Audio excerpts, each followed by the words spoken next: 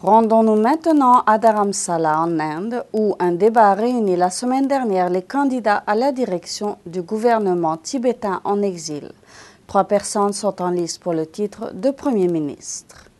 Lundi dernier, à Dharamsala, en Inde, l'Association des femmes tibétaines organisait un débat entre 3 candidats au poste de Premier ministre du gouvernement tibétain en exil. Selon un candidat, cette question est essentielle pour répondre aux problèmes concernant le Tibet.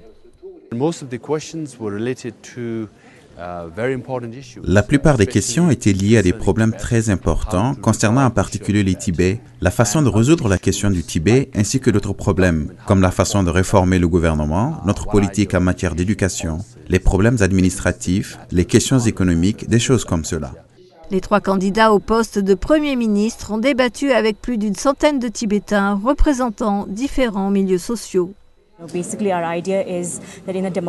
Notre idée est que dans un contexte démocratique, il est très important que lorsqu'une personne se rend aux urnes et vote, ce soit toujours un choix fondé. Le tour final des élections se tiendra le 20 mars.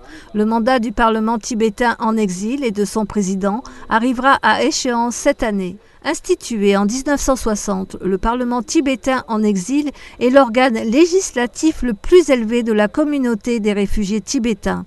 80 000 Tibétains environ sont arrivés, accompagnés de leur dirigeant spirituel, le Dalai Lama, en Inde en 1959, après l'échec d'un soulèvement contre la domination chinoise.